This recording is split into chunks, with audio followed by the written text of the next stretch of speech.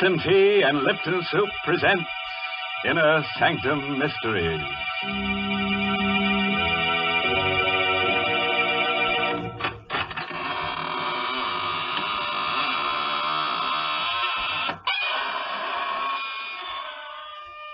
Welcome to the shadowy borderland of the squeaking door, all you hardy adventurers.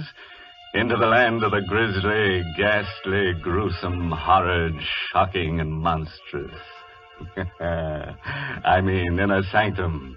Of course, I assume that we're all old friends here, but if by any chance there's a stranger among us, perhaps I should state the purpose for which we are here assembled. Our object is to make your spine tingle and your hair stand on end. That's right. When we're through, you'll discover that a fiend in need is a fiend indeed. Heavens, you stop talking so scary, or folks will tune us off their radios. Oh, Mary, I'm just trying to scare them into the chill, so they'll have to drink Lipton tea. Well, that isn't necessary at all. For a great many years, people have been enjoying Lipton tea without any persuasion from you. That famous Lipton flavor has won the praise of tea experts all over the world. And you know, folks, these experts describe the Lipton flavor by saying that it's brisk. B-R-I-S-K. Now, brisk means that Lipton tea always tastes fresh and full-bodied. Yes, tangy and vigorous, never flat or wishy-washy. That's why I always say you don't know how good tea can be till you know how good Lipton's is. And now, friends, let's go from tea to terror. Yes, the title of tonight's story is Terror by Night. It's an original radio play by Emile Tepperman. Tell me, have you ever been alone with fear? Alone in the night and frightened? Well, here's Anne Shepard in the role of Linda Dickson to tell us what happened to her. It was a Friday night, and I think I was already a little nervous as I drove north into the mountains. It was the first day of my vacation. I started from the city early enough to arrive before nightfall, but my car was 6 years old and developed motor trouble. So now I was driving through the night with 50 miles more to go, and I was tired and nervous and irritated. And then I heard that siren in the distance. At first, I couldn't place it. And then I remembered the state prison was somewhere in the vicinity. The siren. That meant a prisoner had escaped. I reached over and turned on the radio. They were broadcasting an alarm. I repeat, motorists are warned to be on the lookout for Lee Hartley, who escaped from the death cell at State Prison at 9:15 p.m. He is 5'10", dark-haired, regular features, no distinguishing marks. Hartley is a confirmed killer. He is believed to be armed. Beware of Hartley. He would rather kill than eat. I'd better give you that again. He would rather kill than eat. And that man was loose. I stared ahead at the lonely road spinning toward me through the windshield. It has been established that Hartley was helped to escape from the outside by his sweetheart, Helen Hearn, a red-headed woman just as vicious as Hartley himself. It is thought that Hartley and the Hearn woman may have separated after the escape. All motorists are warned to beware of a dark-haired man and a red-haired woman, alone or together. My hand was shaking a little as I turned off the radio. I looked in the car mirror and shivered. I, too, have red hair.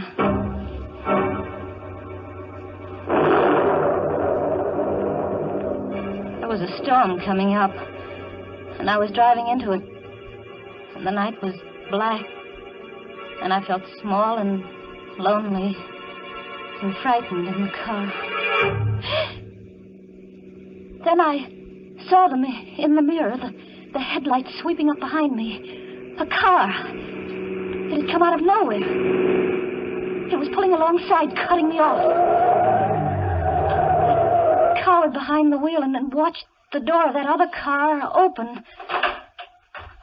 A man stepped out. Oh, I breathed a sigh of relief. It was a state trooper.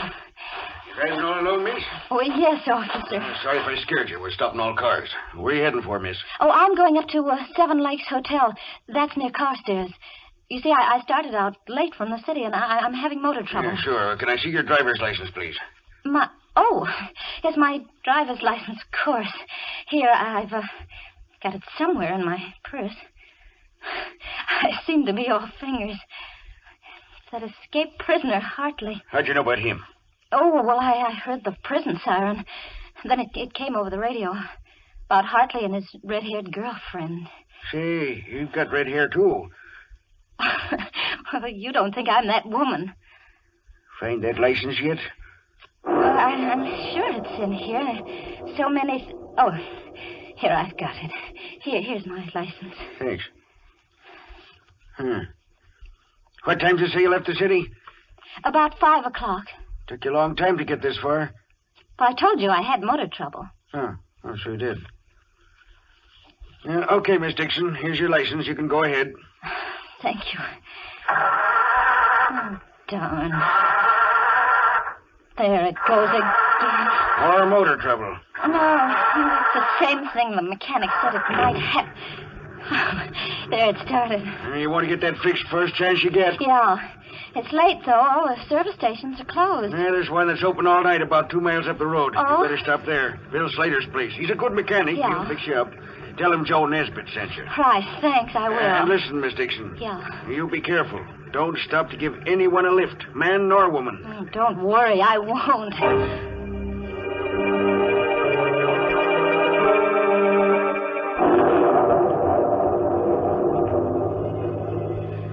The night closed in on me again, but I didn't feel quite so nervous, knowing that the trooper was somewhere behind me on the road, and Bill Slater's service station ahead. In a few minutes, I saw the lights on the service station. I swung into the open space in front of the pumps.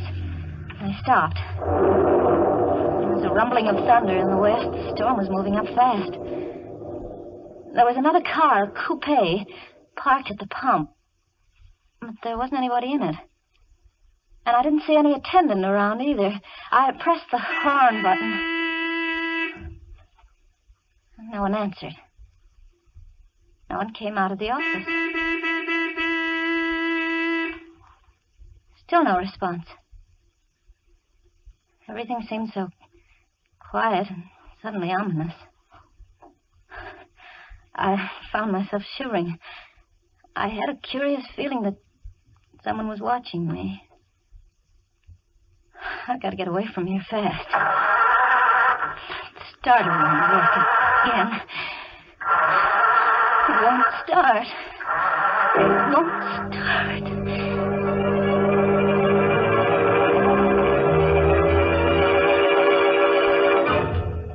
For a long time, I sat behind the wheel, listening for the sound of footsteps stealing up behind the car.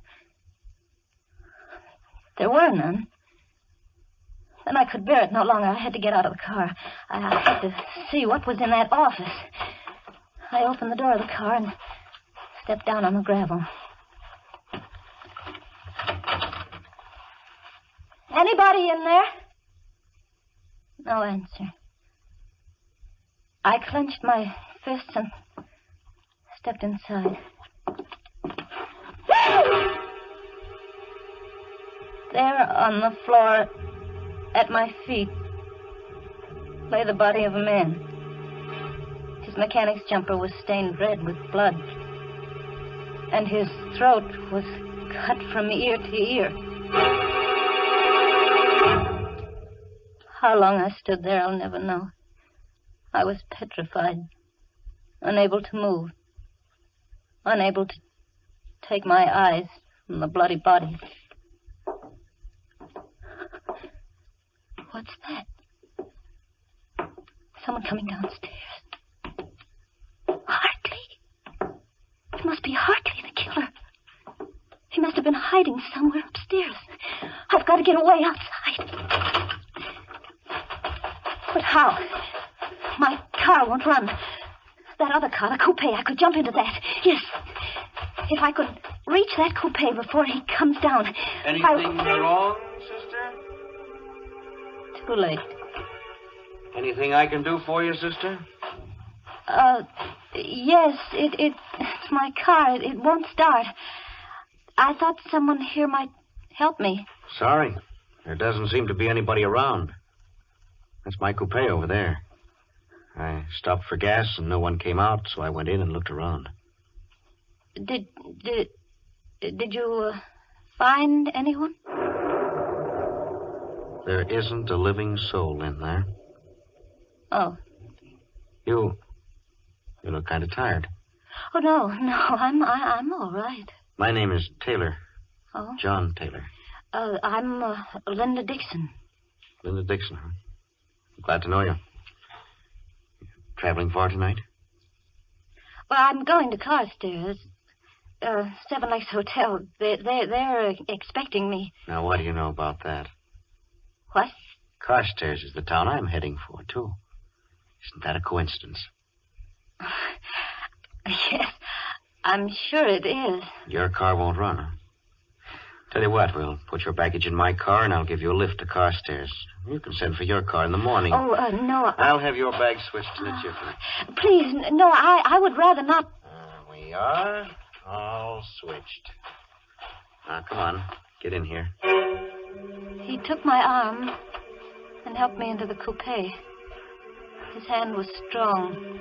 His grip was hard. It hurt me. There you are. Snug as a bug in a rug.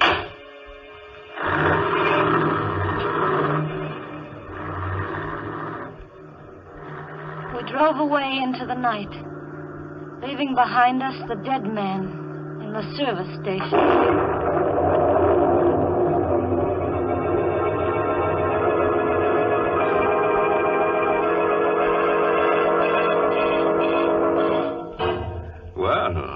From where we sit, it looks as if pretty Linda Dickson has gotten herself into an awful jam. And believe me, she's shaking like jelly. My goodness, that poor girl. And just think, this is supposed to be her vacation. Why, Mary, she's in the country now, isn't she? In fact, it looks to me like she's going back to the soil. Horizontally. Oh, dear. Why do you always look on the dark side of things? Seems to me you're always pessimistic. Of course, lots of folks feel that way at times, like when they've been working too hard and they're tired. But, you know, I think there's nothing better for that let-down feeling than a good hot cup of Lipton's, the tea with the brisk flavor. That brisk flavor really perks you up.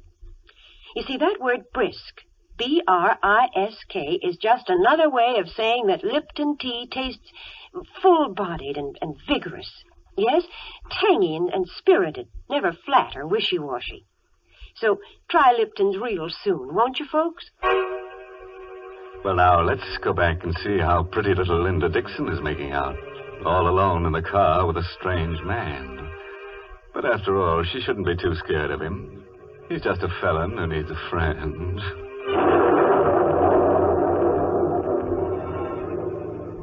The storm broke a few minutes after we left that service station. We drove through sheets of rain.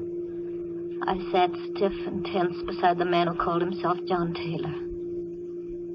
He had both hands on the wheel, and he stared out through the windshield. My eyes focused on something on his right hand.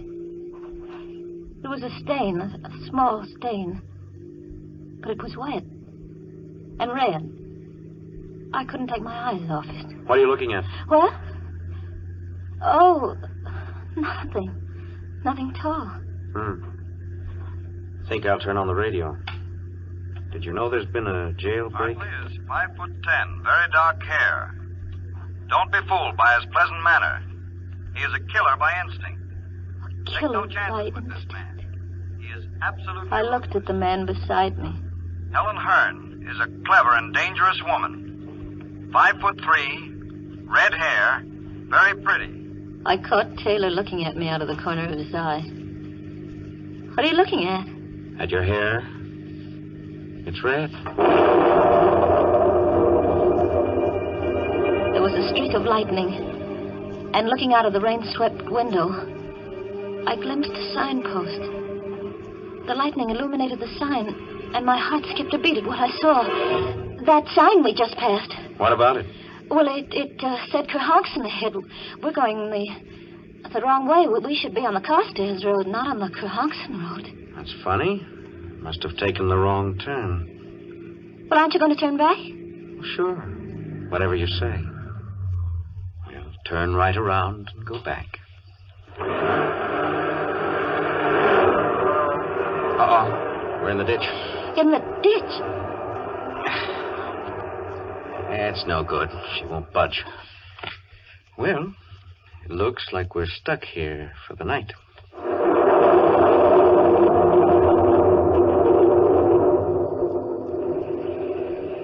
You look scared. Oh, no. I think I'd better get out and walk. Perhaps there's a house nearby. Walk in this weather? Oh, I don't mind the weather, really. I don't. You can't walk in this storm? Well, nevertheless, I'm going to try. Not on your life. What do you mean? You're staying right here till I get the car out of the ditch. You get pneumonia walking in this storm. But I'm Let's see. Where's that flashlight? Ah, here we are. Got some tools in the trunk compartment. You stay put. Stay right where you are. I heard him open the trunk in the back. I listened for further sounds, but there was nothing. I didn't hear him moving there. I didn't hear any tools. I had to find out what he was doing. Slowly, carefully, I got my door open. I stepped out into the rain and sneaked back toward the rear. I saw him there, not moving, in front of the open trunk compartment, bending over with a flashlight in his hand. The ray of light was focused on something curled up inside. It wasn't baggage or tools. It was a woman's body. Just then he saw me. He snapped the flashlight off, but not before I caught a glimpse of red hair. Then I must have fainted.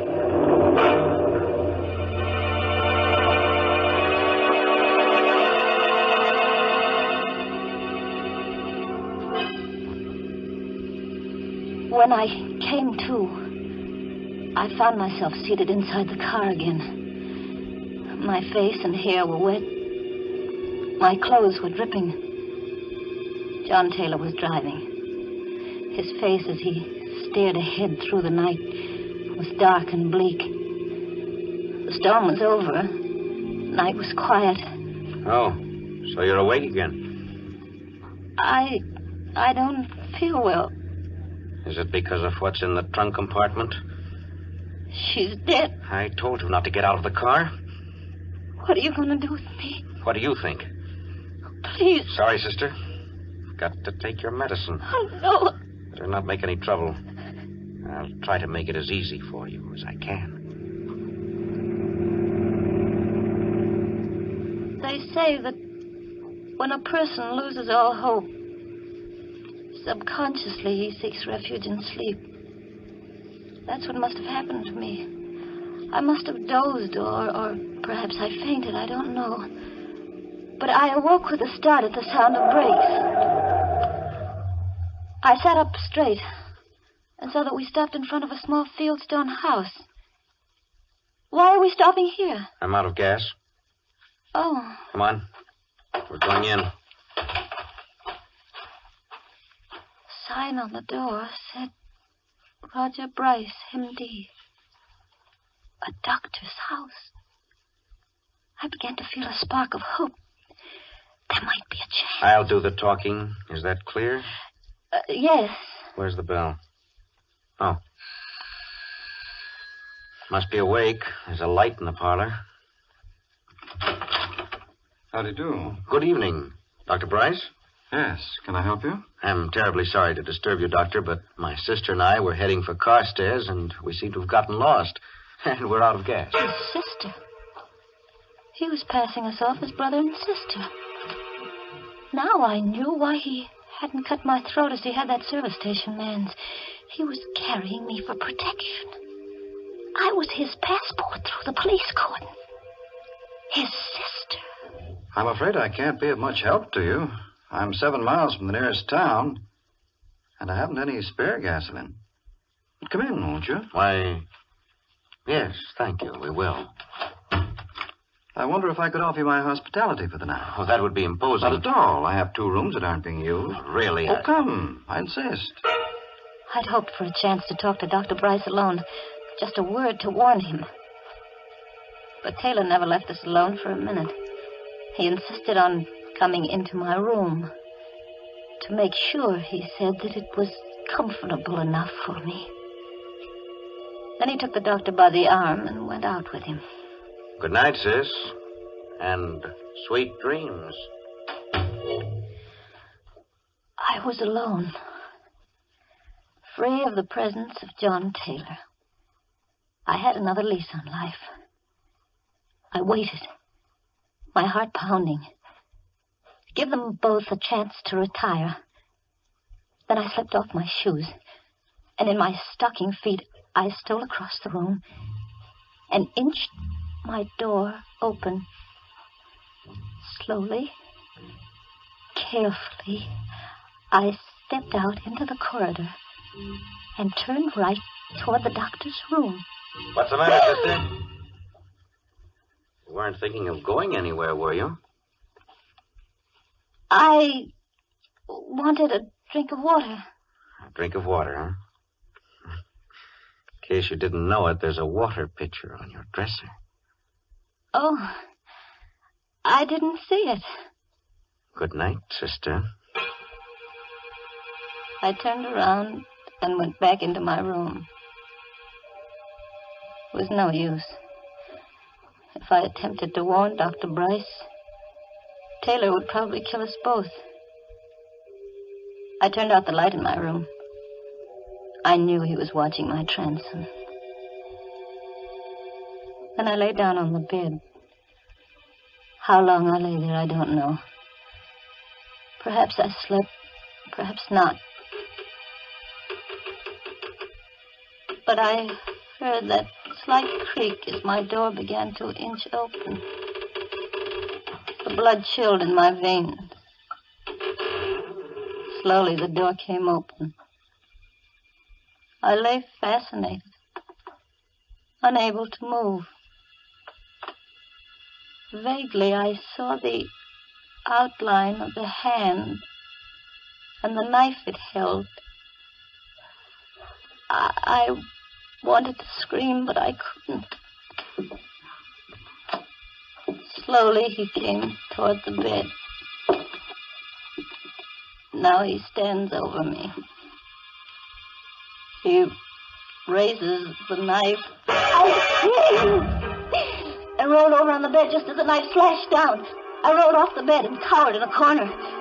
That horrible figure came around the bed after me with a knife, afraid.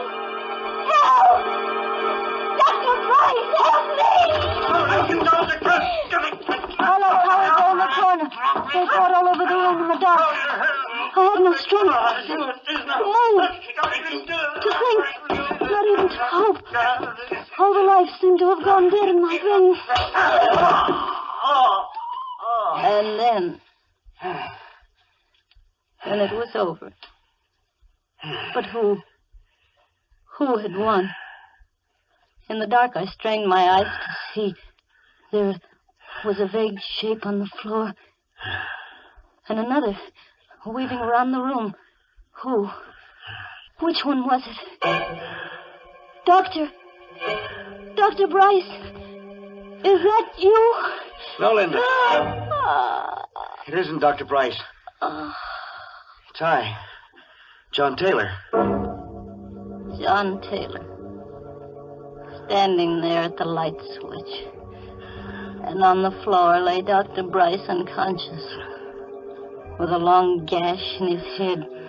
I had to hit him with a water pitcher. My eyes turned to Dr. Bryce. I saw the knife still gripped in his right hand. That's Hartley, Linda. Lee Hartley, the killer. It was he who came in here with a knife? Right. I was down the cellar just now. The real Dr. Bryce is down there, dead. And this fellow posed as Bryce when we came to the house. Then you're not Hartley. No, isn't that rich? All the time you thought I was Lee Hartley, and I thought you were Helen Hearn. On account of your red hair. But the body, the red-haired woman. Oh, that's Helen Hearn. This fellow must have killed her back at the service station and stuffed her body in my trunk compartment while I was inside. That all happened last summer. In time, I think I'll manage to forget that night of horror. But it won't be soon. Sometimes in the night I dream that I see that awful figure with the knife poised above my throat. And I wake up screaming. But then John takes me in his arms and holds me tight and tells me that everything's all right. You see, I'm Mrs. John Taylor now.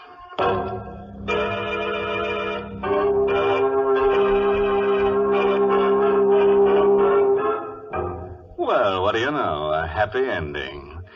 As for Mr. Hartley, that pleasant killer, he got what he deserved. Yes, some people never know when they're well off.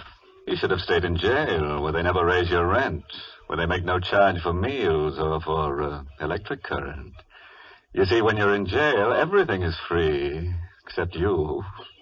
You know, Mr. Host, that's the first happy ending we've had in a long, long time. And I must say I enjoyed it. Ah, those lovebirds shouldn't have gotten married.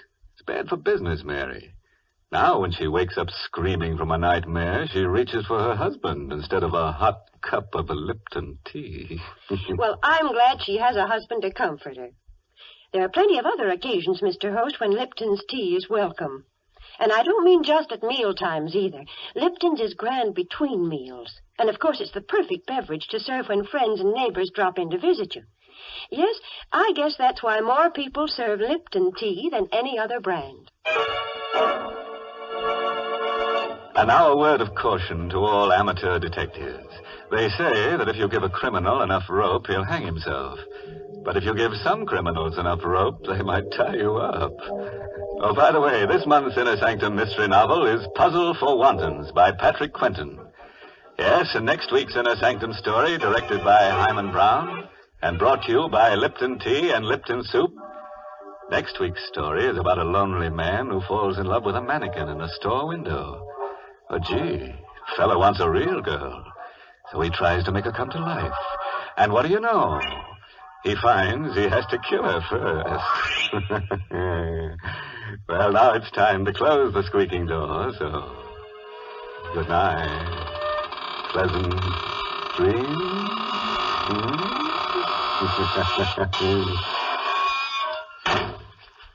Folks, these busy days, we all want to save time when we prepare meals, and yet we don't want to sacrifice that good homemade taste. Well, the answer to that is Lipton's noodle soup. You see, Lipton's takes no time to prepare, and yet it has a real fresh-cooked chickeny flavor. Yes, it tastes just like the chicken noodle soup you'd make right in your own home. Lipton's is economical, too. It costs less and makes more than canned soups. So, folks, don't forget to serve Lipton's noodle soup. And don't forget to tune in next Tuesday night for another Inner Sanctum Mystery. This is CBS, the Columbia Broadcasting System.